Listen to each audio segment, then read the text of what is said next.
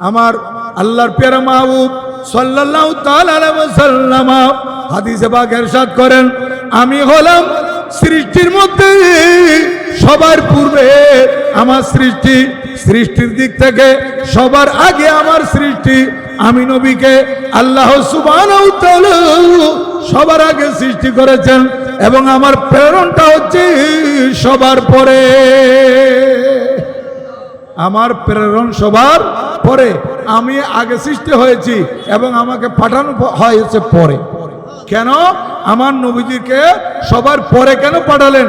এই কারণে, যেহেতু আমার নবীজির পরে আর কোনো নবী আসবেন না। আমার নবী হচ্ছেন খাতামুন নবীন, সমস্ত নবীগণের শেষ নবী। কিয়ামত পর্যন্ত আমার নবীজির হুকুমত চলবে, কিয়ামত পর্যন্ত আমার নবীজির নবুয়তের চর্চা চলবে এবং কিয়ামত পর্যন্ত মানুষ ঈমানদার হতে হলে আমার নবীজির উপর ঈমান আনতে হবে। আমার নবীজির উপর ঈমান আনলে তারপর আল্লাহর উপর ঈমান আনা হবে। শুধু আল্লাহকে মানলো, আমার নবীজির উপর ঈমান আনলো না, তারা কি মুসলমান হতে পারবে? পারবে না। নবীজির মোহাব্বতের নাম হচ্ছে ঈমান। প্রিয় নবীজির মোহাব্বত আর ভালোবাসার নাম কি? ঈমান।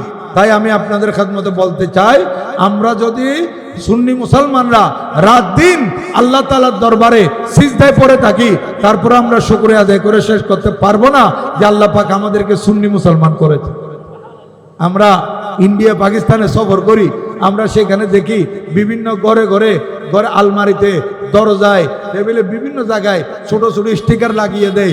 ওরা লেখে সেখানে, বিশেষ করে আমার আলা হযরত কেবলার দরবারে বেরেলি শরীফ আমি দেখেছি, ওনারা স্টিকার লাগাই দেয় কি ফখর সে কহো কে হাম সুন্নি মুসলমান হয়, ফখর সে কহো কে হাম সুন্নি মুসলমান হে। এটা অহংকার করে বলতে পারবে যে আমরা সুন্নি মুসলমান।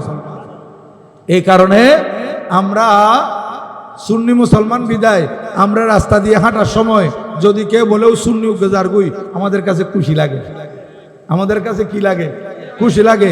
আর আপনি যদি বলেন ওয়াহাবি উগ্রজারগুই, সে এরকম করে দেখবে। তো তুমি এরকম করে কেন দেখলা? আমি সুন্নি হলে আমাকে সুন্নি বললে খুশি লাগতেছে, তো তুমি ওয়াহাবি, তো তোমাকে ওয়াহাবি বললে এটা তোমার কাছে গালি লাগতেছে। এটাই তো হক এবং বাতিলের পার্থক্য। হ্যাঁ, তো এই জন্য আমি আপনাদের খেদমতে বলবো, আল্লাহ সুবহানাহু ওয়া তাআলা আল্লাহ তাআলার ওলিগণের আলোচনা কোরআন শরীফে বিভিন্ন জায়গায় করেছেন। একটু মনে রাখবেন, এটা লাইভও হচ্ছে। আর বিশেষ করে আমি প্রায় মাহফিলে বলে থাকি যে আপনারা যারা সাধারণ শিক্ষিত আছেন, জেনারেল শিক্ষিত আছেন, আপনারা প্রত্যেকের ঘরে ঘরে কোরআন শরীফের বিশুদ্ধ বাংলা অনুবাদের একটা কিতাব আছে, কনজুল ঈমান। নাম কি বললাম? কানজুল ঈমান। এটার পাশে তফসির আছে খজাইনুল ইরফান, তফসির আছে নুরুল ইরফান। যে কোনো একটা আপনারা ঘরে ঘরে রাখবেন। আপনাদের ছেলেরা, আপনাদের মেয়েরা যারা স্কুলে পড়ে, কলেজে পড়ে, ইউনিভার্সিটিতে পড়ে, তারা মুসলমানের সন্তান হিসেবে প্রথমে কোরআন শরীফ তেলাওয়াত করতে পারবে। তারপর নিচে বাংলা অনুবাদ আছে, সেগুলা দেখবে। পাশে টিকা তফসির আছে, সেগুলা পড়বে। কলব নুরানি হবে, ঈমান আকীদা মজবুত হবে। আপনাদের সন্তানদেরকে একটু সিলেবাসের বই পড়ার পাশাপাশি আমাদের সুন্নি জামাতের কিতাব পড়ার জন্য উদ্বুদ্ধ করবেন। আপনারা শুধু সুন্নি থাকলে হবে না, আপনাদের পরবর্তী যারা, তাদেরকেও কি রাখতে হবে? সুন্নিয়তের উপর রাখতে হবে।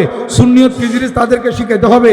আমরা যদি আমাদের ছেলেদেরকে সুন্নিয়ত না শিখাই, তাহলে আমি ঘরের মধ্যে সুন্নি আছি, আমার ছেলে আলে হাদিস হয়ে যাবে। এরকম অনেক ঘরের মধ্যে আছে কিনা? বাবা সুন্নি, ছেলে বরবাদ গেছে। বাবা সুন্নি, মেয়ে বরবাদ গেছে। এই কারণে আমি বলবো, আমাদের আঞ্জুমানে রহমানী আহমদিয়া সুন্নিয়া ট্রাস্ট থেকে যেটা প্রকাশিত হয় মাসিক তরজুমান, নাম কি বললাম? মাসিক তরজুমান। এটা ঘরে ঘরে রাখবেন। আপনাদের ছেলেরা, আপনাদের মেয়েরা এটা প্রতি মাসে যেটা বের হয়, এটা একটু যদি পড়ে, এখানে অনেক কিছু আছে শিকার।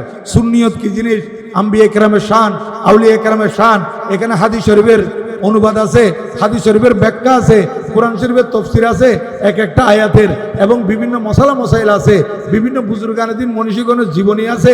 এখানে শিকার অনেক কিছু আছে। এগুলো মাসিক তরজুমান ঘরে ঘরে রাখবেন। এবং কোরআন শরীফের অনুবাদের কিতাবের নাম কি বলছিলাম, মনে আছে আপনাদের? কানজুল ঈমান। মাশাআল্লাহ, কানজুল ঈমান ঘরে ঘরে রাখবেন। আপনাদের ছেলে মেয়েদেরকে একটু পড়ার জন্য বলবেন, তখন বুঝতে পারবেন আল্লাহ পাক কোরআন শরীফে ওলিগণের কত আলোচনা করেছেন। আমরা কোরআন শরীফের সুন্দর যথাযথ ব্যাখ্যা দিই, কিন্তু বাতিল ফেরকারা কোরআন শরীফের অপব্যাখ্যা দেয়। কোরআন শরীফের ভুল বুঝায় মানছে, কোরআন শরীফের আয়াত পড়ে এবং ব্যাখ্যা দেয় ভিন্ন রকমের। মানুষদেরকে ভুল বুঝাই, এই কারণে আপনারা এই সমস্ত বাতিল ফিরকার মাহফিল বর্জন করবেন। কারণ ওদের থেকে দূরে থাকার জন্য ১,৫০০ বছর আগে আমাদের প্রিয় নবীজি আমাদেরকে বলেছেন, ইয়াকুম ওয়া ইয়াহুম, তোমরা তাদের থেকে দূরে থাকবে, তাদেরকে তোমাদের থেকে দূরে রাখবে। কোনো বাতিলের সংস্পর্শে যাতে আপনারাও না যান, আপনাদের ছেলে সন্তানও না যায়, সেদিকে আপনারা একটু গভীর লক্ষ্য রাখবেন। তাহলে এই মাহফিলে বসাটা আপনাদের জন্য সার্থক হবে। সম্মানিত উপস্থিতি, কুরআনুল কারীমের ৩য় পারা, এটার নাম হচ্ছে সূরা আলে ইমরান। ৩ নম্বর সূরার নাম কি? সূরা আলে ইমরান। ৩য় পারার মধ্যে ৩৫ নম্বর আয়াত থেকে একেবারে ৩৯ নম্বর আয়াত পর্যন্ত ধারাবাহিক তেলাওয়াত করে যান। সেখানে দেখবেন আল্লাহু জাল্লা মজদুহু, আল্লাহ তাআলার একজন ওলির আলোচনা করেছে। বড় করে সুবহানাল্লাহ বলেন না। আল্লাহ পাক সুবহানাহু ওয়া তাআলা আল্লাহর ওলিগণের আলোচনা করেছেন কুরআনুল কারীমে। এই সূরার মধ্যে সূরা আলে ইমরান ৩৫ থেকে ৩৯ নম্বর আয়াত পড়লে সেখানে দেখবেন হযরতে সাইয়্যিদাতুনা মারইয়াম আলাইহাস সালাম, হযরতে সাইয়্যিদানা ঈসা রূহুল্লাহ আলাইহিস সালাম, আল্লাহর নবী, ওনার শ্রদ্ধেয় আম্মা জান, উনি হচ্ছেন মহান ওলিয়া। উনি একজন মহান কি ওলিয়া। ওলিয়া এটা মুয়ান্নাসিকে ব্যবহার করতেছি, আপনারা বুঝার জন্য ওলিও বলতে পারেন। উনি একজন মহান ওলি, ওনার আলোচনা কোরআন শরীফে এসেছে। তারপর আরেকটু সামনের দিকে যান, আমি একটি আয়াত তেলাওয়াত করেছি শুরুতে, এটা সূরা ইউনুস। সূরা কি?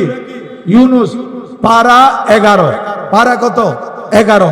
11তম পারা সূরা ইউনুস, আয়াত নম্বর ৬৪ আমি তেলাওয়াত করেছিলাম। কিন্তু এর আরো আগে দুটি আয়াত আছে, ৬২, ৬৩ নম্বর।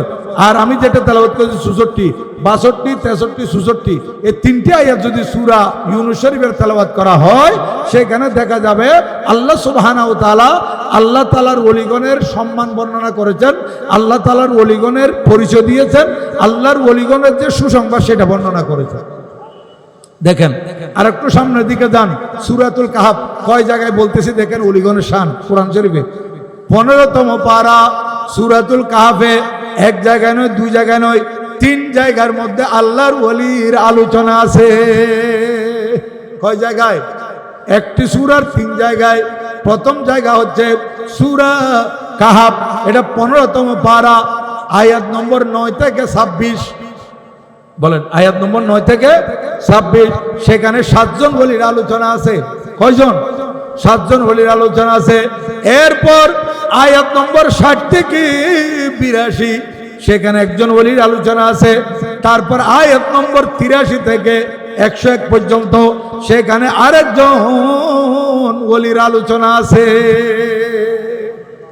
বাকি আয়াত নম্বর 60 থেকে 82 এবং আয়াত নম্বর 83 থেকে 101 পর্যন্ত যে ওলিগণের আলোচনার কথা বলতেছি, ওনাদের ব্যাপারে মুফাসসিরিনে কেরামের ইখতিলাফ আছে। কেউ কেউ ওনাদেরকে নবী বলেছেন জমহুর, আবার অনেকে ওনাদেরকে ওলি বলেছেন। তাই বললাম ওলির আলোচনা সূরা কাহাফ একটি সূরার মধ্যে কয়টি জায়গায় বললাম? 3 জায়গায়। প্রথম জায়গা বলছিলাম 9 নম্বর আয়াত থেকে কত নম্বর ভুলে গেছেন? 9 নম্বর আয়াত থেকে 26 নম্বর আয়াত পর্যন্ত তেলাওয়াত করলে সেখানে দেখবেন 7 জন ওলির আলোচনা। ওনারা রোম সাম্রাজ্যে জন্ম লাভ করেছিলেন। এই রোম সাম্রাজ্যে জন্ম লাভ করার পর ওখানে একজন জালেম বাদশা ছিল দকিয়ানুস। সে যখন নিজেকে খোদা দাবি করেছে, তখন এই 7 জন আল্লাহর ওলি নিজেদের ঈমান আকীদা বাঁচানোর জন্য পাহাড়ের দিকে চলে গিয়েছিলেন এবং একটি পাহাড়ের গুহার মধ্যে ওনারা যে শুয়েছিলেন, সেখানে ওনারা ঘুমিয়েছিলেন। ঘুমের মধ্যে আল্লাহ পাক ওনাদেরকে 309 বছর রেখে দিয়েছেন। নরগরে নহবেন না, আর একটু বড় করে বলে কয় বছর? 309 বছর। এখন তো 100 বছর আমরা হায়াত পাই না। আপনাদের এই চানগাঁও এলাকা ঘুরে দেখবেন 100 বছর হায়াত পেয়ে মারা গেছে, তো এরকম মানুষ হাজারও একজন পাওয়া যায় কিনা। কেমন? এখানে দেখা যাচ্ছে যে এই 70 বছর, 80 বছর, 75 বছর, বেশি বেশি 90 বছর হায়াত পেয়ে মানুষ মারা যাচ্ছে। 100 বছর হায়াত আমরা পাচ্ছি না। আর ওনারা যুবক অবস্থায় ঘুমিয়েছিলেন, আল্লাহ পাক তাদেরকে ঘুমের মধ্যে রেখেছিলেন কয়শো বছর? 309 বছর। এটা কি আমার কথা? এই উলামায়ে কেরামের কথা নয়, এটাকে হাদিস শরীফের কথা নয়, এটা কোরআন শরীফের কথা। আমি যদি বলতাম এটা হাদিস শরীফ, তখন আমাদের দেশে কিছু আলে হাদিস আছে, তারা বলতো যে এই হাদিস এটা দুর্বল, এটা জয়ীফ হাদিস, দুর্বল হাদিস। এই জন্য আমি হাদিস থেকে বলি নাই, আমি বললাম সরাসরি কোরআন শরীফ থেকে, যে কোরআন শরীফের একটা নোক্তা জের জবর দুর্বল বলার শক্তি কারো নাই। এই কুরআনুল কারীমের 15তম পারা সূরাতুল কাহফের 25 নম্বর আয়াতের মধ্যে আল্লাহ জাল্লা শানহু ইরশাদ করতেছেন, বিসমিল্লাহির রহমানির রহিম, ওয়ালাবিথু ফি কাহফিহিম 300 সিনিনা ওয়াজদাদু 9। আমার আল্লাহ বলেন ওয়ালাবিসু, তারা ঘুমিয়েছিল, ফি কাহফিহিম, তাদের গুহার মধ্যে, 300 সিনিন, 300 বছর, ওয়াজদাদু 9, যোগ 9 বছর। 300-র সাথে 9 যখন যোগ হয় কত হয়? 309 বছর।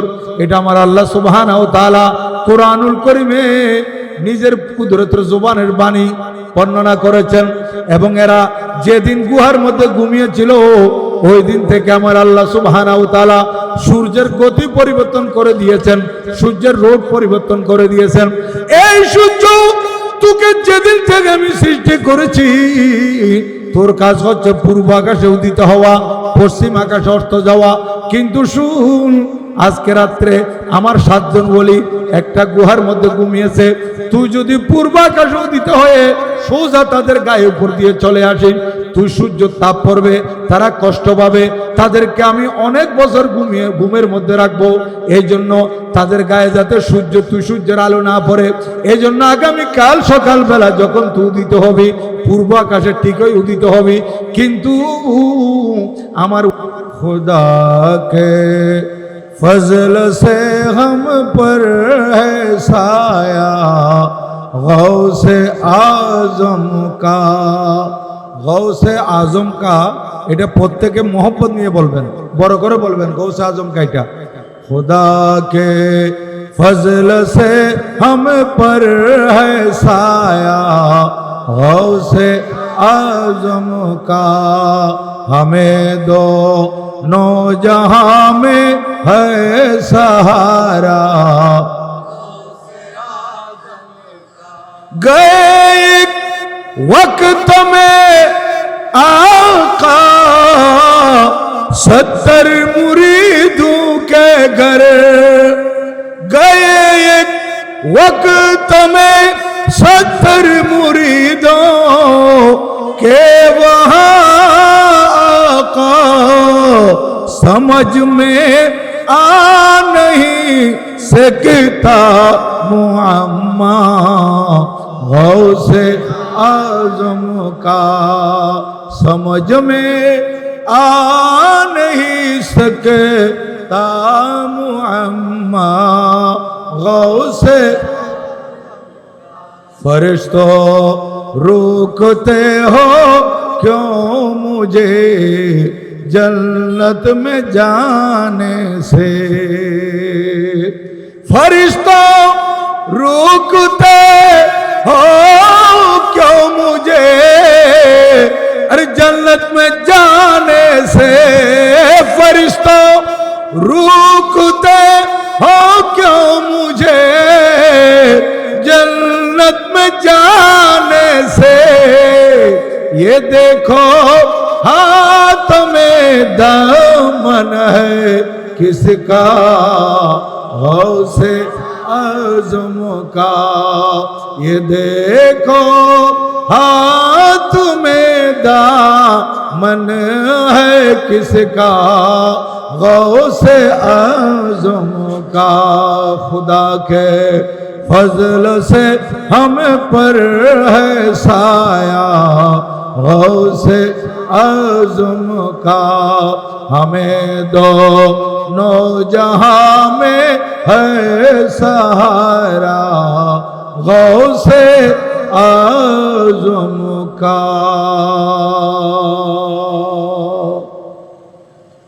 पवित्र জশনে ঈদে মিলাদুন নবী সাল্লাল্লাহু আলাইহি সাল্লাম উদযাপন উপলক্ষে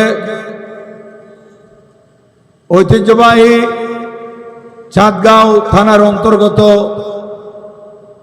সিএমবি জেকে কার ওয়াশ সার্ভিসের পাশে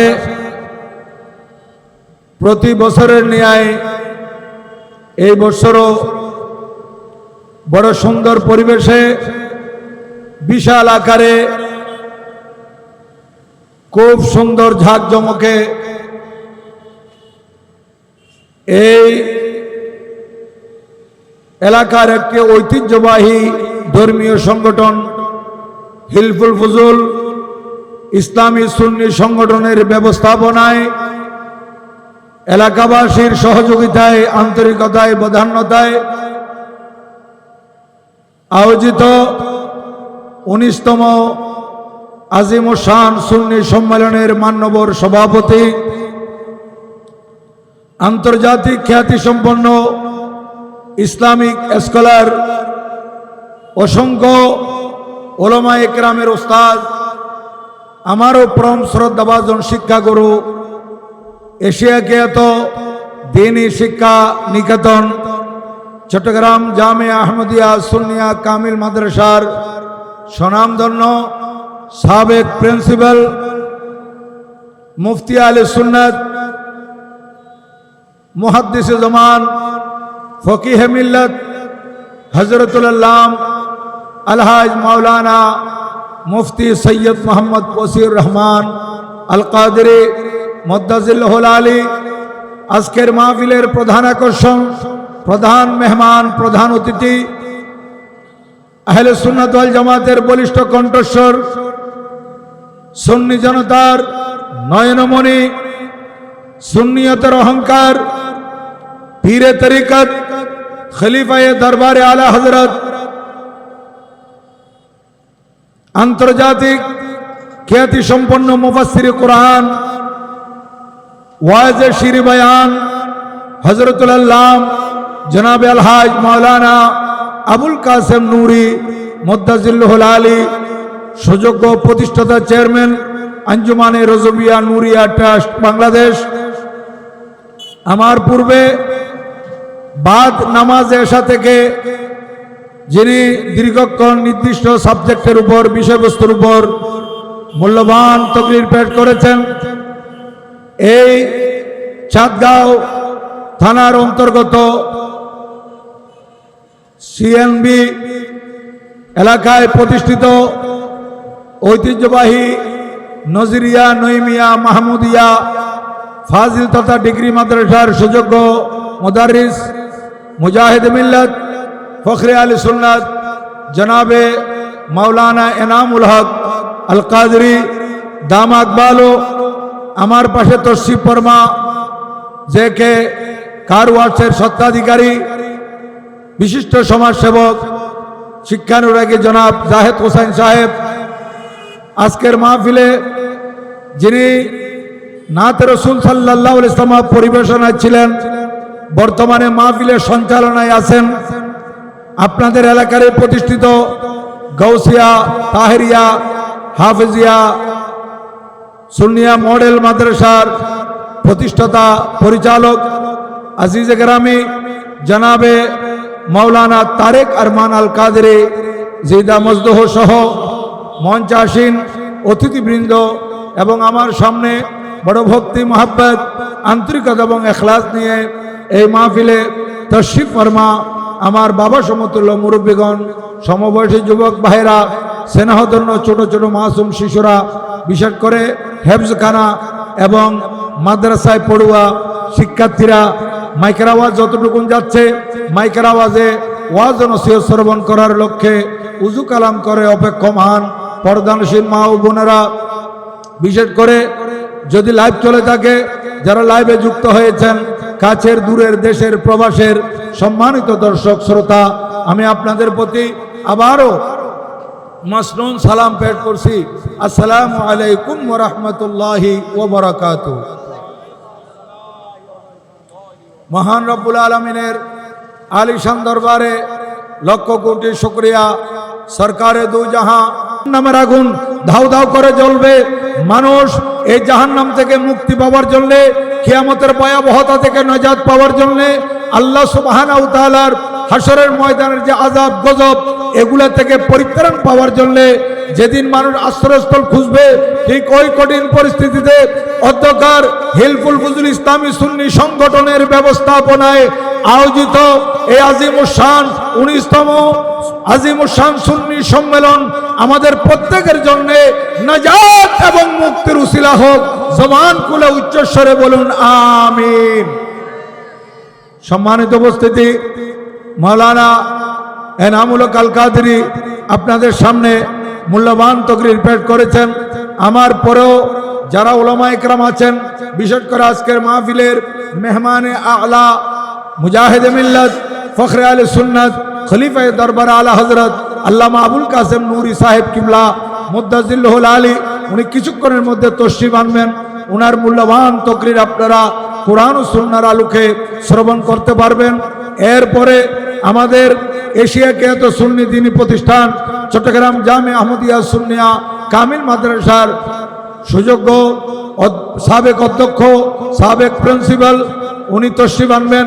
আমার উস্তাদ আল্লামা মুফতি সৈয়দ মোহাম্মদ ওসির রহমান আল কাদরি সাহেব কিবলা মুদ্দাজিল্লাহুল আলী, উনি আপনাদের সামনে শেষের দিকে সভাপতির সংক্ষিপ্ত বক্তব্য পেশ করে মিলাদ কিয়ামের পর মুনাজাত পরিচালনা করে মাহফিলের সমাপ্তি ঘোষণা করবেন। আমি শুনলাম এই মাহফিল ধারাবাহিকভাবে এই বছর সহ 19 বারের মতো অনুষ্ঠিত হয়েছে এবং আজকে হতে চলেছে। বিগত 18 বছর বড় সুন্দরভাবে এই মাহফিলের ইন্তজাম আয়োজন হয়েছিল এবং উপস্থিতিও চোখে পড়ার মতো ছিল। আজ এই 19তম মাহফিলের আজকে যে 19তম মাহফিল যেটা আজকের দিবসে, এখানে ইনশাল্লাহ আমাদের মাহফিল কানায় কানায় ভরপুর হয়ে যাবে। যারা আজকে হিলফুল ফুজুল ইসলামী সুন্নি সংগঠন অক্লান্ত পরিশ্রম করে এই মাহফিলের আয়োজন করেছে, আমি হিলফুল ফুজুল ইসলামী সুন্নি সংগঠনের সভাপতি, সহসভাপতি, সাধারণ সম্পাদক, সম্পাদক মণ্ডলী, সদস্যবৃন্দ প্রত্যেকের শুকরিয়া আদায় করতেছি যে ওনারা অক্লান্ত পরিশ্রম করে প্রতি বছরের ন্যায় এই বছরও শত প্রতিকূলতা ডিঙ্গিয়ে আজকের এই মাহফিল আপনাদেরকে ওনারা উপহার দিতে যাচ্ছেন। আল্লাহ পাক ওনাদের এই আন্তরিকতা, ওনাদের এই ইখলাস, ওনাদের এই মহব্বত কবুল আর মঞ্জুর করুন। সবাই বলুন আমিন। এবং বংশ পরম্পরায় এই মাহফিল যাতে কিয়ামত পর্যন্ত দায়েম আর কায়েম থাকে, এজন্য আল্লাহ পাক সুবহানাহু ওয়া তাআলার দরবারে দোয়া করি। আল্লাহ পাক সুবহানাহু ওয়া তাআলা দয়ার মেহরবানি করে আল্লাহর প্রিয় মাহবুব সাল্লাল্লাহু আলাইহি ওয়াসাল্লামের শানের এই মাহফিল কিয়ামত পর্যন্ত দায়েম আর কায়েম রাখুন। সবাই বলুন আমিন। সম্মানিত উপস্থিতি, পাশা আলাপ করার কোনো সুযোগ নেই। এখানে যারা বক্তাগণ বক্তব্য রাখবেন প্রত্যেককে এক একটা সাবজেক্ট দেওয়া হয়েছে। আমাকে একটা সাবজেক্ট দেওয়া হয়েছে হুজুর সৈয়দনা শাহিন শাহ বগদাদ গৌসুল আজম দস্তগীর রাদিয়াল্লাহু তাআলা আনহুর জীবন কর্ম এবং ইসলাম প্রচারের অবদান, এই বিষয়ে আমাকে আলোচনা করতে হবে। আমি তাই পাশা আলাপ না করে মূল কথায় চলে আসতেছি। এখন আমাকে যে সাবজেক্ট দেওয়া হয়েছে যে হুজুর সৈয়দনা শাহিন শাহ বগদাদ বড় পীর আব্দুল কাদের জিলানী রাদিয়াল্লাহু তাআলা আনহুর জীবন কর্ম এবং ইসলাম প্রচারের অবদান, এই আলোচনা যদি করতে যাই তখন হয়তো আপনারা মহব্বত নিয়ে শুনবেন, কিন্তু আমাদের আশেপাশে কিছু লোক আছে যারা মাইকের আওয়াজে ওয়াজ শুনতেছে এবং আমাদের ওয়াজের মধ্যে তারা উকুন বাসে, আমাদের ওয়াজের মধ্যে কিছু ভুল ত্রুটি ধরতে পারে কিনা এই উদ্দেশ্য নিয়ে বসে থাকে। আমি যখন শাহিন শাহ বগদাদ রাদিয়াল্লাহু তাআলা আনহুর আলোচনা করব তখন তারা বসে বসে বলবে, দেখো আজকে এই সুন্নি সম্মেলনের মধ্যে বড় পীরের আলোচনা চলতেছে, তো ওনার আলোচনা কি কোরআন শরীফে আছে না হাদিস শরীফে আছে, এইরকম করে প্রশ্ন করতে পারে। তাই আমি আপনাদের খেদমতে আরজ করব, আপনাদের জন্য নয়, ওই সমস্ত উকুন বাসনেওয়ালা যারা বাতিল ফেরকার মৌলবীরা আছে, বাতিল ফেরকার লোকজন আছে যারা এই আমাদের ওয়াজের সমালোচনা করার জন্য বসে আছে, এদের উদ্দেশ্যে আমি বলবো যে বড় পীর আব্দুল কাদের জিলানী রাদিয়াল্লাহু তাআলা আনহুর যে আমরা এখানে আলোচনা করতেছি, একদিকে আল্লাহ তাআলার ওলিগণের আলোচনা, আল্লাহ তাআলার সুন্নাত, আর আরেকদিকে আল্লাহর ওলিগণের আলোচনা করার নবীজির সুন্নাত। আপনারা বলবেন না সুবহানাল্লাহ? একটু মহব্বত নিয়ে বলেন না সুবহানাল্লাহ? এই যে আপনারা বুঝতে পারতেছেন না যে আমাদের এখানে একটা কথা আছে, লাভে লোয়া বহে অলাভে ফল বহে না। এই সুবহানাল্লাহ আলহামদুলিল্লাহ যে আপনারা বলবেন, এখানে কত লাভ, এখানে কত ফজিলত সুবহানাল্লাহ এবং আলহামদুলিল্লাহর মধ্যে রয়েছে। আপনারা যদি জানতেন তাহলে আপনারা আজকে আরাইম বইতুন হ্যাঁ সুবহানাল্লাহ আলহামদুলিল্লাহর মধ্যে যে ফজিলত, এগুলা জানলে আপনারা আমার প্রতিটা কথার মধ্যে বড় বড় করে বলতেন, এত বেশি ফজিলত সুবহানাল্লাহ এবং আলহামদুলিল্লাহ। আল্লাহ তারিফ করার মধ্যে অনেক ফজিলত। যাই হোক, আমি সেদিকে যাচ্ছি না। আমি বলতেছি যে আল্লাহর ওলিগণের আলোচনা একদিকে যেমন আল্লাহ তাআলার সুন্নাত, আর একদিকে নবীজির সুন্নাত। আপনারা প্রশ্ন করতে পারেন যে হুজুর এটা কেমন কথা, বড় পীর আব্দুল কাদের জিলানীর আলোচনা আল্লাহ সুন্নাত কেমন হয়? আমি বলবো যে আল্লাহ তাআলা কোরআনুল কারীমে আল্লাহ তাআলার ওলিগণের আলোচনা করছেন কিনা আমাদেরকে সেটা দেখতে হবে। কোরআনুল কারীমে আল্লাহ তাআলার ওলিগণের আলোচনা আছে কিনা আমরা দেখব। হাদিস শরীফে ওলিগণের আলোচনা আছে কিনা। যদি কোরআন শরীফে ওলিগণের আলোচনা থেকে থাকে তো কোরআন শরীফ এটা কার বাণী? বলেন সবাই, কার বাণী? আল্লাহ তাআলার বাণী। তো আল্লাহ তাআলা কোরআন শরীফে যদি ওলিগণের আলোচনা করে থাকেন, তাহলে আল্লাহর ওলিগণের আলোচনা তথা বরপিসা হুজুরের মতো এত বড় মহান ওলির আলোচনা, এটা কার সুন্নাত হবে? এটা কার সুন্নাত? আল্লাহর সুন্নাত। আর যদি হাদিস শরীফে ওলিগণের আলোচনা থেকে থাকে, তাহলে বড় পীর হযরত সৈয়দনা আব্দুল কাদের জিলানী রাদিয়াল্লাহু তাআলার যে আলোচনা, এটা আমার নবীজির সুন্নাত। তাহলে এখন কোরআন শরীফ আছে কিনা, হাদিস শরীফে আছে কিনা আমাদেরকে সেটা দেখতে হবে। আমাকে যে সাবজেক্ট দিয়েছে সেই সাবজেক্টের উপর আলোচনা করতে গেলে আমি কোরআন শরীফে আল্লাহর ওলিগণের যে আলোচনা আছে, হাদিস শরীফে আল্লাহর ওলিগণের আলোচনা আছে, এগুলো করতে গেলে আমি মূল সাবজেক্টের উপর আলোচনা করতে পারবো না।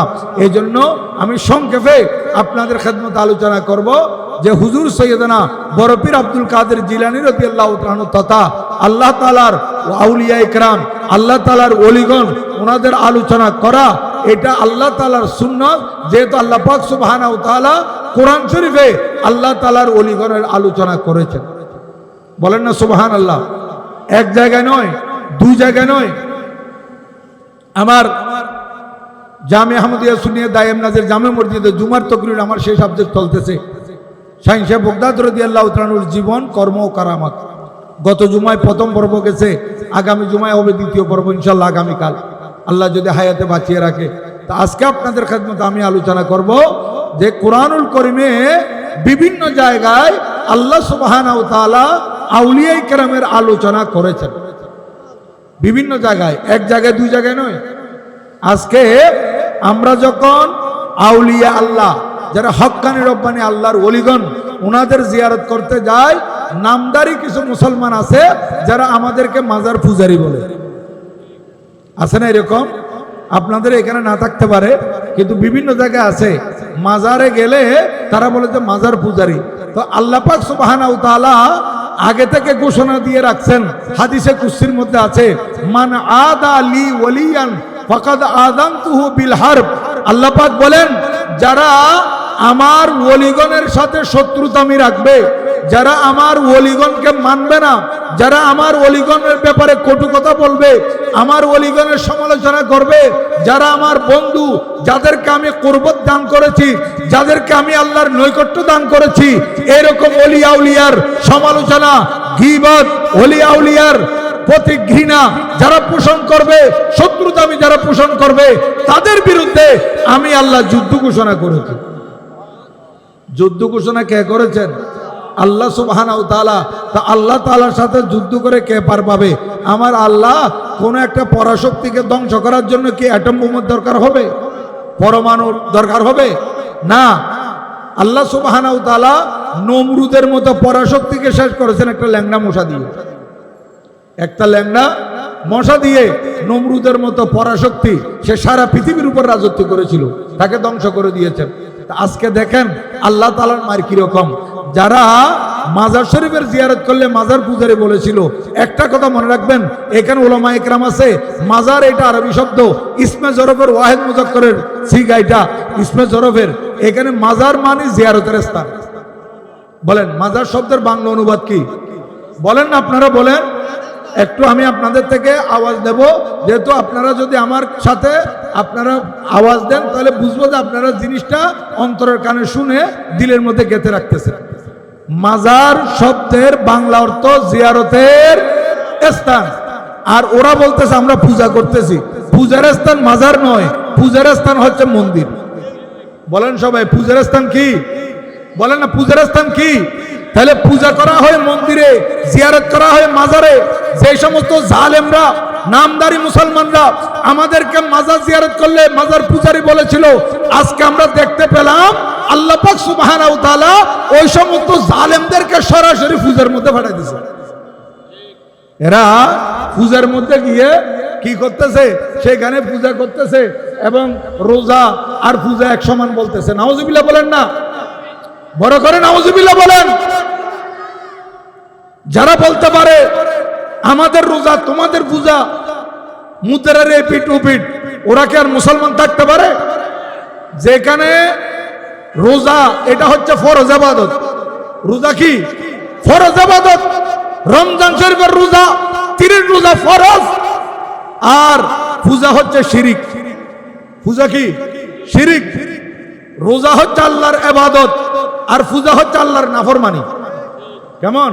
যারা ফরজ ইবাদতের সাথে পূজার সাথে তুলনা করে, এদের মতো বেঈমান দুনিয়া তার নাই।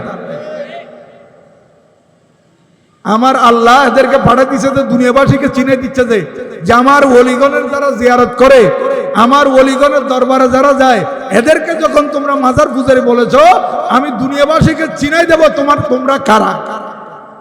আল্লাহ পাক চিনে দিছে। এবং এক জালেম সেখানে গিয়ে বলতেছে আমি তো আজকে পূজার মধ্যে আসতে পারছি, এই জন্য আল্লাহ শুকরিয়া আদায় করতেছি। নাউজুবিল্লাহ বলেন না। এই জন্য আজকে আমাদেরকে স্পষ্টভাবে বলে দিতে হচ্ছে, কারণ হাদিস শরীফে আছে আল্লাহর নবী ইরশাদ করেন বনি ইসরাইলের মধ্যে 72 দল ছিল, আমার উম্মতের মধ্যে 73 ফেরকা হবে। কয় ফেরকা হবে? আপনারা প্রত্যেকে জানেন এই হাদিস শরীফ আবু দাউদ শরীফের সহিহ হাদিস মিশকাত শরীফের 30 পৃষ্ঠার মধ্যে আছে। হযরতে আব্দুল্লাহ বিন আমর রাদিয়াল্লাহু তাআলা আনহুমা থেকে বর্ণিত হাদিসে পাক। আমি আপনাদেরকে আবার এটা আপনার স্মরণে এনে দিতে চাই। এটা বারবার শুনেছেন, নবীজি ইরশাদ করেছেন আমার উম্মতে 73 দল হবে, তাদের মধ্যে মাত্র জান্নাতি হবে কয় দল? বলেন আপনারা তো সবাই জানেন জান্নাতি এক দল, আর বাকিরা কি? জাহান্নামী। তাহলে যারা আজকে পূজায় গিয়ে শুকরিয়া আদায় করতেছে, বুঝে গেল তারও ওই বাতিল দলের অন্তর্ভুক্ত। আর একমাত্র হক দলের নাম হচ্ছে আহলে সুন্নাত ওয়াল জামাত। একমাত্র হক দলের নাম কি বলেন? আহলে সুন্নাত ওয়াল জামাত। এবং এই আহলে সুন্নাত ওয়াল জামাতের অনুসারী যারা, এদেরকে বলা হয় সুন্নি মুসলমান। বলেন না, আহলে সুন্নাত ওয়াল জামাতের অনুসারী যারা, এদেরকে সংক্ষেপে কি মুসলমান বলা হয়? আমরা শুধু মুসলমান না, আমরা হলাম সুন্নি মুসলমান। আমরা সুন্নি মুসলমান, আমরা ঈমানদার। এই কারণে আমরা এই ঈদে মিলাদুন নবী পালন করি। আমরা কি পালন করি? ঈদে মিলাদুন নবী পালন করি। কারণ এই ঈদে মিলাদুন নবী পালন করা, এটা কার সুন্নত? এটা আমার আল্লাহর সুন্নত, এটা আম্বিয়া ইকরামের সুন্নত, এটা সাহাবা ইকরামের সুন্নত, এটা তাবিন তবে তাবিনের সুন্নত, হাদিসের ইমামগণের সুন্নত, তাফসীরের ইমামগণের সুন্নত, ফিকহের ইমামগণের সুন্নত, তরিকতের ইমামগণের সুন্নত, আকায়েদের ইমামগণের সুন্নত, উলামায়ে আহলে সুন্নতের সুন্নত। এটা মিলাদুন নবী পালন করা। আর যে সমস্ত বাতিল ফিরকা, এরা মিলাদুন নবী পালন করতে পারবে না। আমি আপনাদের খেদমতে আরজ করি একটা কথা, এই পয়েন্ট আপনারা মনে রাখবেন। মিলাদ শব্দের বাংলা অর্থ হচ্ছে জন্ম। মিলাদ শব্দের বাংলা কি? বলেন সবাই, মিলাদ শব্দের বাংলা কি? তাহলে আমার নবীজির জন্ম, কিন্তু নবীজির সৃষ্টি হয়েছে অনেক আগে। আমার নবীজিকে আল্লাহ পাক পাঠাইছেন সবার পরে, সমস্ত নবীগণের পরে।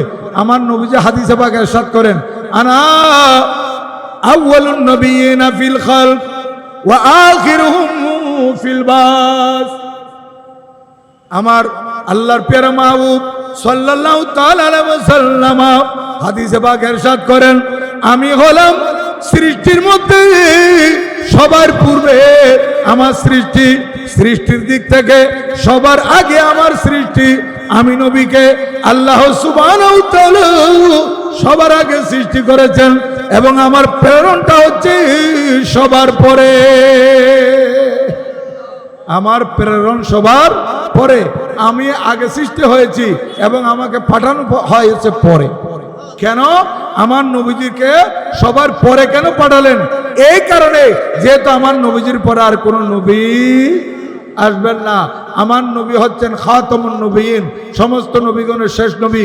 কিয়ামত পর্যন্ত আমার নবীজির হুকুমত চলবে, কিয়ামত পর্যন্ত আমার নবীজির নবুয়তের চর্চা চলবে এবং কিয়ামত পর্যন্ত মানুষ ঈমানদার হতে হলে আমার নবীজির উপর ঈমান আনতে হবে। আমার নবীজির উপর ঈমান আনলে তারপর আল্লাহর উপর ঈমান আনা হবে।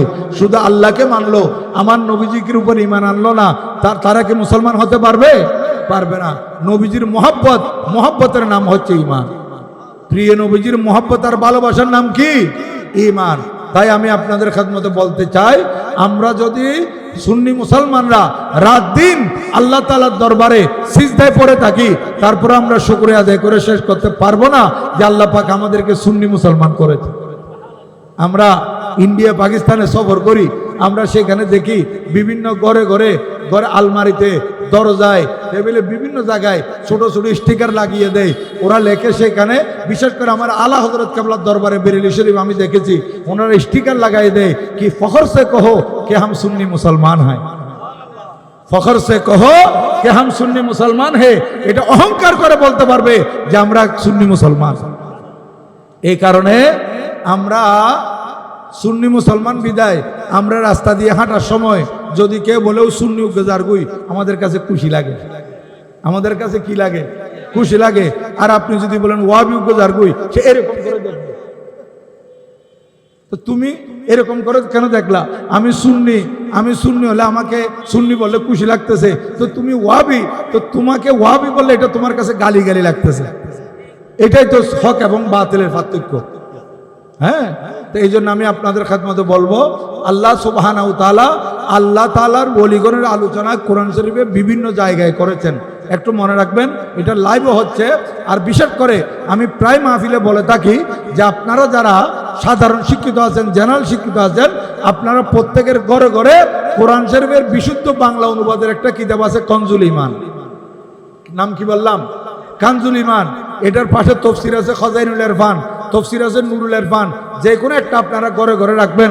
আপনাদের ছেলেরা, আপনাদের মেয়েরা যারা স্কুলে পড়ে, কলেজে পড়ে, ইউনিভার্সিটিতে পড়ে, তারা মুসলমানের সন্তান হিসেবে প্রথমে কোরআন শরীফ তেলাওয়াত করতে পারবে। তারপর নিচে বাংলা অনুবাদ আছে, সেগুলা দেখবে। পাশে টিকা তফসির আছে, সেগুলা পড়বে। কলব নুরানি হবে, ঈমান আকীদা মজবুত হবে। আপনাদের সন্তানদেরকে একটু সিলেবাসের বই পড়ার পাশাপাশি আমাদের সুন্নি জামাতের কিতাব পড়ার জন্য উদ্বুদ্ধ করবেন। আপনারা শুধু সুন্নি থাকলে হবে না, আপনাদের পরবর্তী যারা, তাদেরকেও কি রাখতে হবে? সুন্নিয়তের উপর রাখতে হবে। সুন্নিয়ত কি জিনিস তাদেরকে শিখাইতে হবে। আমরা যদি আমাদের ছেলেদেরকে সুন্নিয়ত না শিখাই, তাহলে আমি ঘরের মধ্যে সুন্নি আছি, আমার ছেলে আলে হাদিস হয়ে যাবে। এরকম অনেক ঘরের মধ্যে আছে কিনা? বাবা সুন্নি, ছেলে বরবাদ গেছে। বাবা সুন্নি, মেয়ে বরবাদ গেছে। এই কারণে আমি বলবো, আমাদের আঞ্জুমানে রহমানী আহমদিয়া সুন্নিয়া ট্রাস্ট থেকে যেটা প্রকাশিত হয় মাসিক তরজুমান, নাম কি বললাম? মাসিক তরজুমান। এটা ঘরে ঘরে রাখবেন। আপনাদের ছেলেরা, আপনাদের মেয়েরা এটা প্রতি মাসে যেটা বের হয়, এটা একটু যদি পড়ে, এখানে অনেক কিছু আছে শিকার। সুন্নিয়ত কি জিনিস, আম্বিয়া কেরামের শান, আউলিয়া কেরামের শান, এখানে হাদিস শরীফের অনুবাদ আছে, হাদিস শরীফের ব্যাখ্যা আছে, কোরআন শরীফের তফসির আছে এক একটা আয়াতের, এবং বিভিন্ন মশালা মশাইল আছে, বিভিন্ন বুজুর্গানেদিন মনীষীগণের জীবনী আছে। এখানে শিকার অনেক কিছু আছে।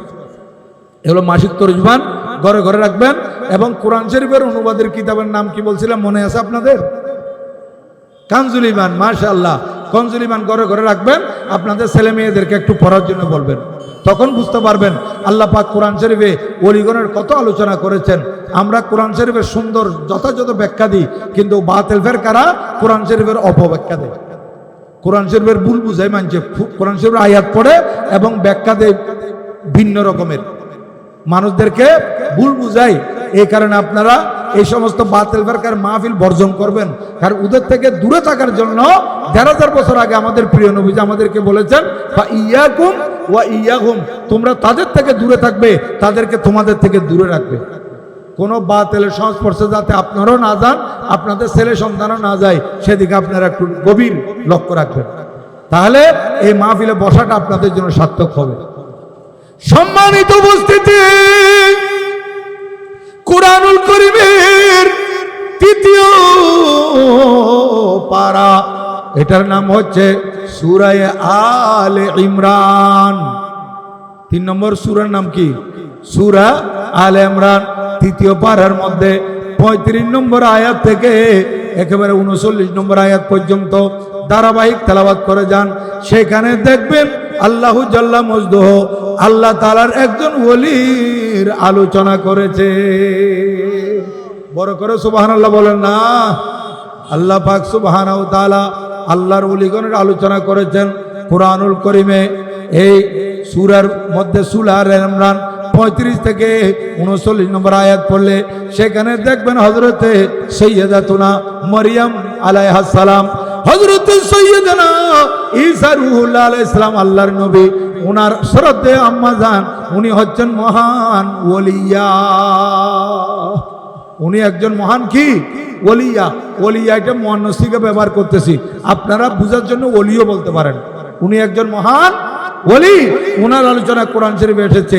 তারপর আরেকটু সামনের দিকে যান, আমি একটি আয়াত তেলাওয়াত করেছি শুরুতে, এটা সূরা ইউনুস। সূরা কি? ইউনুস, পারা 11। পারা কত? 11। 11তম পারা সূরা ইউনুস, আয়াত নম্বর ৬৪ আমি তেলাওয়াত করেছিলাম। কিন্তু এর আরো আগে দুটি আয়াত আছে, ৬২, ৬৩ নম্বর। আর আমি যেটা তেলাওয়াত করেছি ৬৪, ৬২, ৬৩, ৬৪, এই ৩টি আয়াত যদি সূরা ইউনুস শরীফের তেলাওয়াত করা হয়, সেখানে দেখা যাবে আল্লাহ সুবহানাহু ওয়া তাআলা আল্লাহ তাআলার ওলিগণের সম্মান বর্ণনা করেছেন, আল্লাহ তাআলার ওলিগণের পরিচয় দিয়েছেন, আল্লাহর ওলিগণের যে সুসংবাদ সেটা বর্ণনা করেছেন। দেখেন আর একটু সামনের দিকে যান, সূরাতুল কাহাফ কয় জায়গায় বলতেছি দেখেন ওলিগণের শান কোরআন শরীফে। 15তম পারা সূরাতুল কাহাফে 1 জায়গায় নয়, 2 জায়গায় নয়, 3 জায়গার মধ্যে আল্লাহর ওলির আলোচনা আছে। কয় জায়গায়? একটি সূরার 3 জায়গায়।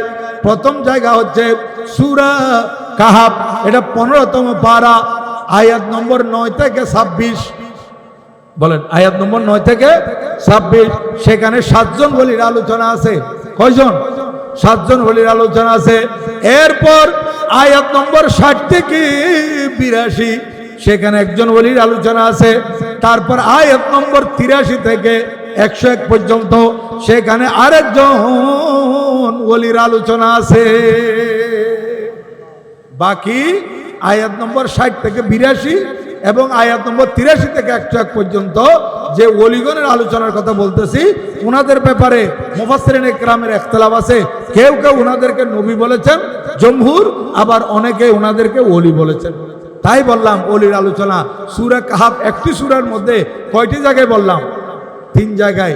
প্রথম জায়গা বলছিলাম 9 নম্বর আয়াত থেকে কত নম্বর ভুলে গেছেন? 9 নম্বর আয়াত থেকে 26 নম্বর আয়াত পর্যন্ত তেলাওয়াত করলে সেখানে দেখবেন 7 জন ওলির আলোচনা। ওনারা রোম সাম্রাজ্যে জন্ম লাভ করেছিলেন। এই রোম সাম্রাজ্যে জন্ম লাভ করার পর ওখানে একজন জালেম বাদশা ছিল দকিয়ানুস। সে যখন নিজেকে খোদা দাবি করেছে, তখন এই 7 জন আল্লাহর ওলি নিজেদের ঈমান আকীদা বাঁচানোর জন্য পাহাড়ের দিকে চলে গিয়েছিলেন এবং একটি পাহাড়ের গুহার মধ্যে ওনারা যে শুয়েছিলেন সেখানে ওনারা ঘুমিয়েছিলেন। ঘুমের মধ্যে আল্লাহ পাক ওনাদেরকে 309 বছর রেখে দিয়েছেন। নরগরে নহবেন না, আর একটু বড় করে বলে কয় বছর? 309 বছর। এখন তো 100 বছর আমরা হায়াত পাই না। আপনাদের এই চানগাঁও এলাকা ঘুরে দেখবেন 100 বছর হায়াত পেয়ে মারা গেছে, তো এরকম মানুষ হাজারও একজন পাওয়া যায় কিনা। কেমন? এখানে দেখা যাচ্ছে যে এই 70 বছর, 80 বছর, 75 বছর, বেশি বেশি 90 বছর হায়াত পেয়ে মানুষ মারা যাচ্ছে। 100 বছর হায়াত আমরা পাচ্ছি না। আর ওনারা যুবক অবস্থায় ঘুমিয়েছিলেন, আল্লাহ পাক তাদেরকে ঘুমের মধ্যে রেখেছিলেন কয়শো বছর? 309 বছর। এটা কি আমার কথা? এই উলামায়ে কেরামের কথা? নয়, এটাকে হাদিস শরীফের কথা নয়, এটা কোরআন শরীফের কথা। আমি যদি বলতাম এটা হাদিস শরীফ, তখন আমাদের দেশে কিছু আলে হাদিস আছে, তারা বলতো যে এই হাদিস এটা দুর্বল, এটা জয়ীফ হাদিস, দুর্বল হাদিস। এই জন্য আমি হাদিস থেকে বলি নাই, আমি বললাম সরাসরি কোরআন শরীফ থেকে, যে কোরআন শরীফের একটা নোক্তা জের জবর দুর্বল বলার শক্তি কারো নাই। এই কুরআনুল কারীমের 15তম পারা সূরাতুল কাহফের 25 নম্বর আয়াতের মধ্যে আল্লাহ জাল্লা শানহু ইরশাদ করতেছেন, বিসমিল্লাহির রহমানির রহিম, ওয়ালাবিথু ফি কাহফিহিম 300 সিনিনা ওয়াজদাদু 9। আমার আল্লাহ বলেন ওয়ালাবিসু, তারা ঘুমিয়েছিল, ফি কাহফিহিম, তাদের গুহার মধ্যে, 300 সিনিন, 300 বছর, ওয়াজদাদু 9, যোগ 9 বছর। 300-র সাথে 9 যখন যোগ হয় কত হয়? 309 বছর। এটা আমার আল্লাহ সুবহানাহু ওয়া তাআলা কোরআনুল কারীমে নিজের কুদরতের জবানের বাণী বর্ণনা করেছেন। এবং এরা যেদিন গুহার মধ্যে ঘুমিয়েছিল, ওই দিন থেকে আমার আল্লাহ সুবহানাহু ওয়া তাআলা সূর্যের গতি পরিবর্তন করে দিয়েছেন, সূর্যের রোগ পরিবর্তন করে দিয়েছেন। এই সূর্য, তোকে যেদিন থেকে আমি সৃষ্টি করেছি, তোর কাজ হচ্ছে পূর্ব আকাশে উদিত হওয়া, পশ্চিম আকাশে অস্ত যাওয়া। কিন্তু শুন, আজকে রাত্রে আমার 7 জন ওলি একটা গুহার মধ্যে ঘুমিয়েছে। তুই যদি পূর্ব আকাশে উদিত হয়ে সোজা তাদের গায়ে উপর দিয়ে চলে আসিস, তুই সূর্য তাপ পড়বে, তারা কষ্ট পাবে, তাদেরকে আমি অনেক বছর ঘুমের মধ্যে রাখবো।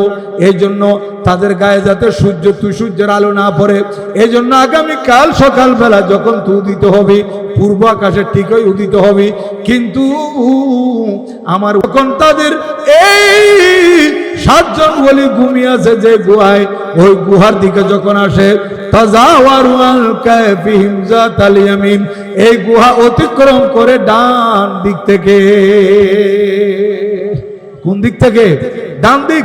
সূর্য ঠিকই পূর্ব আকাশ উদিত হয়ে সোজা আসে, এই গুহায় আসার আগে আগে কোন দিকে চলে যায় বলেন? ডান দিকে চলে যায়। ওয়াইদা গরাবাত তাকরিদুহুম যাতাশ শিমাল, আর যখন অস্ত যেতে যায় তখন বাম দিকে চলে যায়। আমার আল্লাহ কুদরতের জবানিতে বলতেছেন, ওয়াহুম ফি ফাজওয়াতিন মিনহু, তারা গুহার মধ্যে আছে নিরাপদে।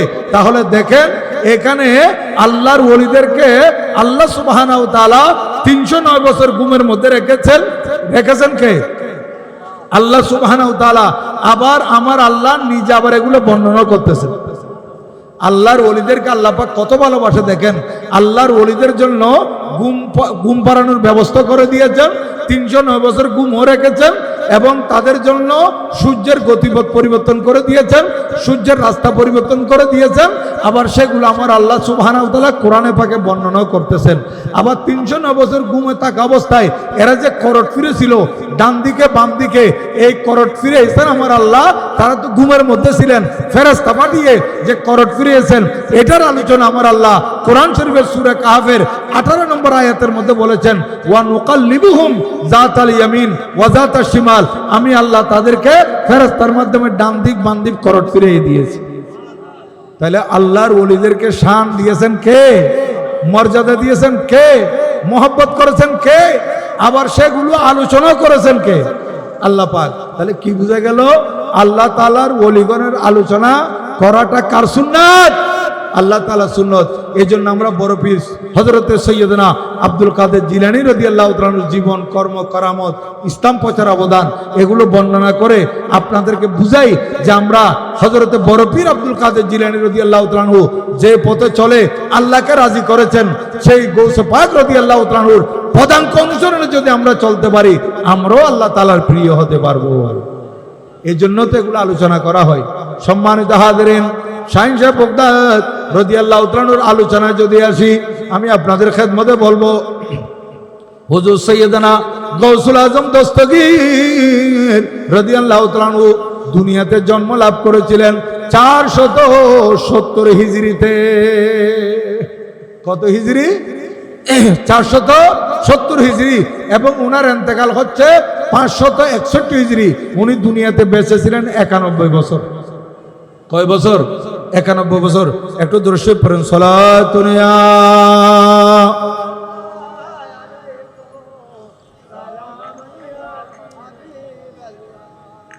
गौसे आजम दरमियाने औलिया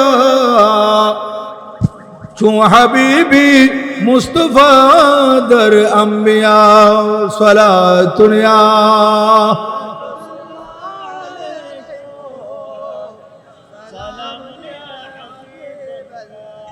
सम्मानित हाजिरीन हुजूर सैयदना गौसुल आजम दस्तगीर शाहीन साहेब बगदाद রাদিয়াল্লাহু তাআলা আনহু উনি 470 হিজরিতে জন্ম লাভ করতেছেন মাহে রমজানুল মুবারকের প্রথম তারিখ। রমজান শরীফের প্রথম তারিখ। তাহলে রমজান শরীফের প্রথম তারিখ যদি হয় প্রথম রোজা আপনারা উলামায়ে কেরামের জবানে শুনেছেন। হযরতে শাहीन সাহেব বগদাদ রাদিয়াল্লাহু তাআলা আনহু দুনিয়াতে যেদিন জন্ম লাভ করেন সেদিন রমজান শরীফের 1 তারিখ থেকে শুরু করে এই নবজাতক জন্ম নেওয়া থেকে শুরু করে 1 মাস পর্যন্ত যে রোজা চলছিল, রোজা চলাকালে সুবহে সাদেক থেকে শুরু করে সূর্য অস্ত যাওয়া পর্যন্ত হুজুর গৌসুল আজম দস্তগীর রাদিয়াল্লাহু তাআলা আনহু আম্মা জানের দুধ পান করেন না। কেমন ওলি ছিলেন, কেমন ওলি বুঝেন। আজকে আমরা আপনারা কি পারবো? আমাদের আপনাদের সন্তানরা পারবে না? পারবে না। আর গৌসুল আজম দস্তগীর রাদিয়াল্লাহু তাআলা আনহুর জন্য এটা পসিবল কেন হলো? এই কারণে হয়েছে যেহেতু উনি জন্মসূত্রে আল্লাহর ওলি। ওনাকে বলা হয় মাদরজাত ওলি, মায়ের গর্ভের ওলি। উনি দুনিয়াতে আসতে ওলি হয়ে এসেছেন। এরকম বহু আল্লাহর ওলি আছে যারা দুনিয়াতে আসতেই ওলি হয়ে এসেছেন।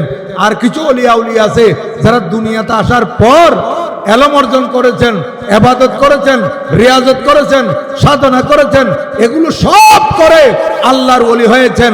আর কিছু ওলিয়া উলি আছে যারা দুনিয়াতে আসতেই ওলি হয়ে এসেছেন। যেমন এই দুনিয়াতে আসতেই যারা ওলি হয়ে এসেছেন এদের মধ্যে আমার বড় পিসা হুজুর কেবলা অন্যতম। আবার হযরতে খাজাগান সুলতানুল হিন্দ খাজা গরিব নওয়াজ রাদিয়াল্লাহু তাআলা আনহু ওনার জীবনী খুললে দেখা যায় উনিও জন্মসূত্রে আল্লাহর ওলি। আবার আমাদের হুজুর কেবলা বানিয়ে জশ্নে জুলুস ঈদে মিলাদুন নবী সাল্লাল্লাহু আলাইহি সাল্লাম ওয়া বানিয়ে গৌসিয়া কমিটি গৌস জামান মুর্শিদ বারহাক সৈয়দি সনদি মাখদুমি মাওয়াই মালজাই আল্লামা হাফেজ কারি সৈয়দ মোহাম্মদ তৈয়ব শাহ রাদিয়াল্লাহু তাআলা আনহু উনিও জন্মসূত্রে আল্লাহর ওলি। এরকম আরো অনেক আছে জন্মসূত্রে যারা আল্লাহর ওলি। বলতেছিলাম হুজুর বড় পীর আব্দুল কাদের জিলানী রাদিয়াল্লাহু তাআলা আনহু উনি দুনিয়াতে এসে রমজান শরীফের প্রথম তারিখ থেকে 30 তারিখ পর্যন্ত 30 দিন রমজান শরীফের রোজা পালন করেছে। এই জন্য জমিল কাদেরী বড় আশিক রসুল, উনি আমার আলা হযরত কেবলার খলিফা, আমি ওনার জিয়ারত করাইছি। উনি যে আমার গৌসে পাকিস্তানে মনকাবত লিখেছেন সেখানে কত সুন্দর বলেছেন, বন্দে আকা মে শরিয়ত ইবতিদাই সে রহে পা বন্দে আকা মে শরিয়ত इब्तिदाई से न छूटा शीर खारी में भी रोजा, न छोटा शीर खारी में भी रोजा गौसे आजम का, न छोटा शीर खारी में भी रोजा गौसे आजम का। বলতেছেন যিনি গৌসুল আজম দস্তগীর উনি জন্ম লাভ করতেই শরীয়তের হুকুম আহকাম পালন করেছেন। শরীয়তের হুকুম আহকামের মধ্যে রমজান শরীফের 30 রোজা পালন করতে হয়। আমার বড় পীর আব্দুল কাদের জিলানী রাদিয়াল্লাহু তাআলা আনহু দুনিয়াতে যেদিন জন্ম লাভ করেছেন সেদিন থেকে 30 রোজা পালন করেছে। দেখেন কেমন আল্লাহর ওলি। আমার বড় পীর হযরত সৈয়দনা আব্দুল কাদের জিলানী রাদিয়াল্লাহু তাআলা আনহু যেদিন জন্ম লাভ করবেন সকালবেলা ওই দিন রাত্রে ওনার আব্বাজান স্বপ্নে দেখেছেন আল্লাহর প্রিয় মাহবুব সাল্লাল্লাহু আলাইহি ওয়াসাল্লাম ওনাকে স্বপ্ন যুগে সাক্ষাৎ দিয়েছেন।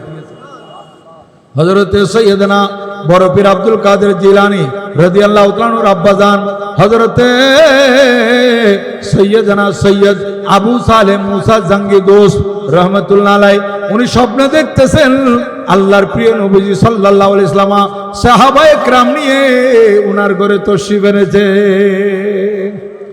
এবং বলেছেন, এই আবু সালেহ মুসা জঙ্গি দোস্ত তোমার ঘরে আমার আরেকটা সন্তান আসতেছে, এই সুসংবাদ দিয়েছেন। এবং হযরতে বড় পীর আব্দুল কাদের জিলানী রাদিয়াল্লাহু তাআলা আনহুর আব্বাজান এর আগে থেকে আরো স্বপ্নে আল্লাহর নবীগণকে দেখেছেন, নবীগণ উনাকে সুসংবাদ দিয়েছেন, এই আবু সালেহ মুসা জঙ্গি দোস্ত আল্লাহ সুবহানাহু ওয়া তাআলা তোমাকে এমন একজন সন্তান দান করতেছে যে সন্তানের সম্মান, যে সন্তানের মর্যাদা, যে সন্তানের রুতবা কত করে শুনো। আল্লাহর প্রিয় মেহবুব দানায়ে কুয়ুব মুনাজ্জাউন আনিল উয়ুব আরওয়াহুনা ফিদাহু সাল্লাল্লাহু আলাইহি ওয়াসাল্লামের সম্মান সমস্ত নবীগণের মধ্যে যেই রকম আল্লাহর নবীর সম্মান সমস্ত নবীগণের ঊর্ধ্বে, আমাদের নবীজি হচ্ছেন ইমামুল আম্বিয়া। বলেন আমাদের নবীজি কি? ইমামুল আম্বিয়া। আর হুজুর সৈয়দনা বড় পীর আব্দুল কাদের জিলানী রাদিয়াল্লাহু তাআলা আনহু হচ্ছেন ইমামুল আউলিয়া, উনি ইমামুল আউলিয়া। তাহলে দেখেন আমাদের নবীজি ইমামুল আম্বিয়া আর বড় পীর আব্দুল কাদের জিলানী ইমামুল আউলিয়া, কত বড় সম্মান আমার গৌসে পাকের। আর আমার গৌসে পাক রাদিয়াল্লাহু তাআলা আনহুর আব্বাজান আরো স্বপ্নে দেখেছেন অনেক ওলিয়া উলিয়া, অনেক আসফিয়া, ওনাদেরকে স্বপ্নে দেখেছেন, ওনারা ওনাকে সুসংবাদ দিয়েছেন, এই আবু সালেহ মুসা জঙ্গি দোস্ত তোমার ঘরে এমন ঘর আলোকিত করে এমন এক নবজাতক শিশু দুনিয়াতে আসতেছে যে এমন মহান ওলি হবে, সমস্ত ওলি আউলিয়া ওনার অনুসরণ করবে, সমস্ত ওলিয়া উলিয়া ওনার কি করবে? অনুসরণ করবে। আমরা এখানে অধিকাংশ শাহিন শাহ শ্রীকোট হুজুর কাবলা গৌসে জমা আল্লামা সৈয়দ মোহাম্মদ তৈয়ব শাহ হুজুর কাবলা রহমতুল্লাহ আলাইহি এবং বর্তমান হুজুর কাবলা হুজুর সৈয়দি সনদি মখদুমি আল্লামা সৈয়দ মোহাম্মদ তাহের শাহ মুদ্দাজিলুল আলীর মুরিদ আসি না? আছেন। আপনারা গৌসিয়া কমিটির সদস্য আছেন। পীরে বাঙ্গাল হুজুর আল্লামা পীর সৈয়দ মোহাম্মদ সাবির শাহ মুদ্দাজিলুল আলীর মুরিদান আছেন। তো ওনারা আপনাদেরকে বায়াত করান কোন তরিকায়? কাদেরিয়া তরিকায়। কোন তরিকায়? কাদেরিয়া। এই কাদেরিয়া তরিকার মূল হচ্ছে বড় পীর হযরত সৈয়দনা আব্দুল কাদের জিলানী রাদিয়াল্লাহু তাআলা আনহু। উনি কেমন মহান আল্লাহর ওলি, ওনাকে জিজ্ঞাসা করা হলো, হুজুর আপনি যে আল্লাহর ওলি এটা কখন বুঝেছেন? আমার বরবিসা হুজুর বলেন, আমি যে সময় মক্তবের দিকে যাইতাম, মক্তবে যে সমস্ত শিশুরা যায় এরা 4 বছর বয়স 5 বছর বয়স, একেবারে ছোট না, বলেন একেবারে ছোট না। আমার বড় পীর আব্দুল কাদের জিলানী রাদিয়াল্লাহু তাআলা বলতেছেন, আমি যখন মক্তবের দিকে যেতাম তখন আমি ফেরেশতাদেরকে আমার আশেপাশে দেখতে পেতাম, ফেরেশতারা আমাকে নিয়ে যাইত। আমি যখন মক্তবে পৌঁছতাম তখন ফেরেশতারা আওয়াজ দিত, ইফসাহু লিওয়ালিল্লাহ, এই মক্তবের ছাত্ররা তোমরা আল্লাহর ওলির জন্য জায়গা করে দাও। তখন থেকে আমি বুঝতে পারি যে আল্লাহ পাক আমাকে বেলায়েত দিয়ে আমাকে মহান ওলি করেছে। আমার সাথে সাথে ফেরেশতারা আসতো এবং ফেরেশতারা আমার জন্য জায়গা সম্প্রসারিত করার জন্য যে বলতেন এটা উপস্থিত সবাই শুনতে পেত। হযরতে গৌসুল আজম দস্তগীর রাদিয়াল্লাহু তাআলা আনহু উনি আস্তে আস্তে মক্তব শেষ করেছেন। মক্তবের পরে কোরআন শরীফ শেষ করার পর কিছু কিতাবপত্র সে ইরানের গিলান শহরের মধ্যে ওস্তাদদের কাছে পড়েছেন। তারপর কিছুদিন পর ওনার আব্বাজান হযরতে সৈয়দনা সৈয়দ আবু সালেহ মুসা জঙ্গি দোস্ত রাদিয়াল্লাহু তাআলা আনহু উনি ইন্তেকাল করলেন। ওনার আব্বাজানের ছায়া মাথা থেকে উঠে গেল। ওনার দেখাশোনা লালন পালন করতেছেন আম্মাজানের কাছে। আর আম্মাজান ওনাকে লালন পালন করতে করতে শাহিন শাহ বগদাদ রাদিয়াল্লাহু তাআলা আনহুর বয়স যখন 17 বছর হলো, উনি বলতেছেন, আম্মাজান আপনি আমাকে অনুমতি দিতে হবে, আপনি তো আমাকে অনেক আদর যত্ন করে এই পর্যন্ত এনেছেন, এখন আমার বয়স প্রায় 17 বছর, আম্মা আমাকে আরো উচ্চ শিক্ষিত হতে হবে, আমি কোরআন হাদিসের গভীর জ্ঞান অর্জন করতে হবে, আম্মা যা এই ইরানের মধ্যে গিলানের মধ্যে নাই, আমাকে বগদাদ শরীফ যেতে হবে। বগদাদ শরীফ সেই সময় ইসলামী শিক্ষার উচ্চ শিক্ষার জন্য ইসলামী শিক্ষার সে কেন্দ্র ছিল কোথায়? বগদাদ শরীফ। উনি বগদাদ শরীফ যাবেন, এখান থেকে অনেক দূর সফর করবেন। এখন মা বলতেছেন, বাবা তোমার একটা ভাই আছে, তোমার বড় ভাই হজরতে, ওনার নাম হচ্ছে আব্দুল্লাহ গৌসে পাক রাদিয়াল্লাহু তাআলা, ওনার দুই ভাই, বড় ভাইয়ের নাম হচ্ছে আবু আহমদ আব্দুল্লাহ, আবু আহমদ আব্দুল্লাহ, আর আমার বড় পিসা হুজুরের নাম হচ্ছে আবু মুহাম্মদ আব্দুল কাদের, আবু মুহাম্মদ আব্দুল কাদের। যে তোমার বড় ভাই এবং তোমরা দুইজনের জন্য তোমার বাবা যাওয়ার সময় 80টি স্বর্ণের আশ্ববি রেখে গেছে। কতটি? 80টি স্বর্ণ মুদ্রা, 80টি স্বর্ণ মুদ্রা।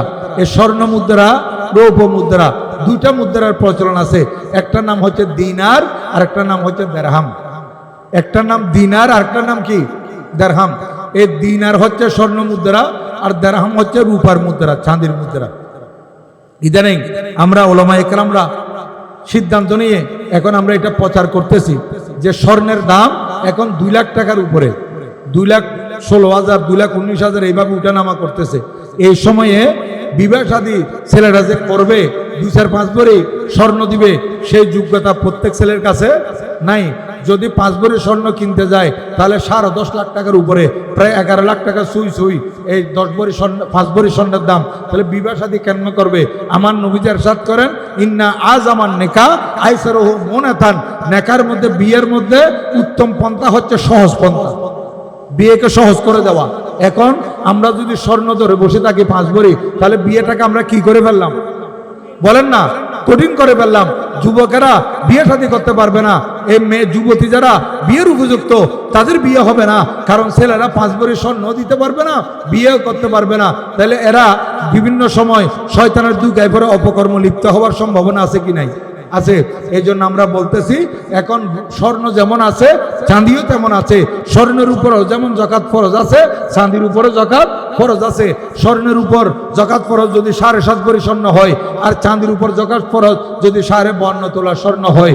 এখন কালের পরিবর্তনে স্বর্ণের দাম অনেক উপরে উঠে গেছে, চাঁদির দাম অনেক পড়ে গেছে। চাঁদি মানে রূপা। এখন সৌদি আরব, ইন্ডিয়া, পাকিস্তানের নারীরা এখন স্বর্ণের পরিবর্তে ওরা চাঁদি ব্যবহার করে। কি ব্যবহার করে? চাঁদি।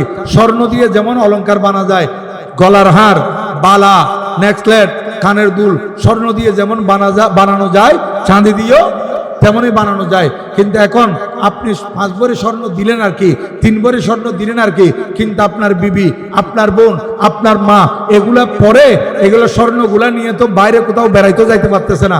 যে ডাকাইতের বয়ে, চিনতাইয়ের বয়ে, হাইজেকারের বয়ে ঘরও রাখতে পারতেছে না, সব ডাকাইতের বয়ে। তাহলে এগুলো আপনি ধরে লাভ কি? এগুলা তোর জীবনের হুমকি হয়ে গেছে। এখন স্বর্ণের দাম যত বেড়ে যাচ্ছে তত বেশি মানুষের জন্য জীবনের কি হয়ে যাচ্ছে? রিস্ক। কেমন? এখন স্বর্ণ টান দিয়ে নিয়ে যাচ্ছে, অনেক মহিলার কানের দুল টান দিয়ে নিয়ে গেছে যে কানসহ ছিঁড়ে ফেলছে এরকম। এই কারণে এখন আমি এই গত জুমায় বর্ণনা করছি এবং আমি ফেসবুকও দিয়েছি, আমার আইডিতেও দিয়েছি, আমার পেজের মধ্যে দিয়েছি যে এখন আমরা স্বর্ণের পরিবর্তে চাঁদির ব্যবহার করব। বিয়ে শাদীতে স্বর্ণের পরিবর্তে কিসের ব্যবহার বলেন না আপনার? কিসের ব্যাপার? চাঁদির ব্যবহার। চাঁদির ব্যবহার যদি হয়, আপনারা মেয়েদের জন্য 2 ভরি 3 ভরি স্বর্ণ ডিমান্ড না করে আপনারা 100 ভরি চাঁদির ডিমান্ড করতে পারবেন।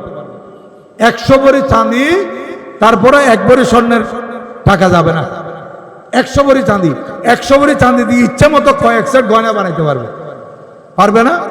পারবে। কারণ এই স্বর্ণ এটা বিয়ের জন্য কোনো ফরজও নয়, ওয়াজিবও নয়। ওয়াজিব হচ্ছে মোহর। ওয়াজিব হচ্ছে কি? মোহর দেন, মোহর হচ্ছে ওয়াজিব। কিন্তু স্বর্ণ যে আপনারা ডিমান্ড করতেছেন, এটা কোনো ওয়াজিবের কাতারও পড়ে না, এটা কোনো ফরজের কাতারও পড়ে না। এটা আপনারা ডিমান্ড করতেছেন স্বর্ণ, এগুলো মহিলাদের জন্য অলংকার। কেমন? এদের সুন্দরের জন্য, পরিধান করার জন্য। তো এরা স্বর্ণ যেমন পরিধান করতে পারবে, চাঁদিও তেমন পরিধান করতে পারবে।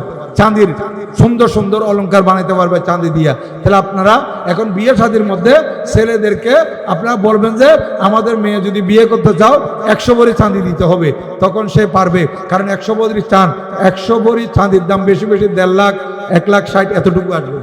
তো দিতে কোনো কষ্ট হবে? কষ্ট হবে না। তো বিয়ে শাদীও আসান হবে। এটা এদিকে একটু লক্ষ্য রাখবেন।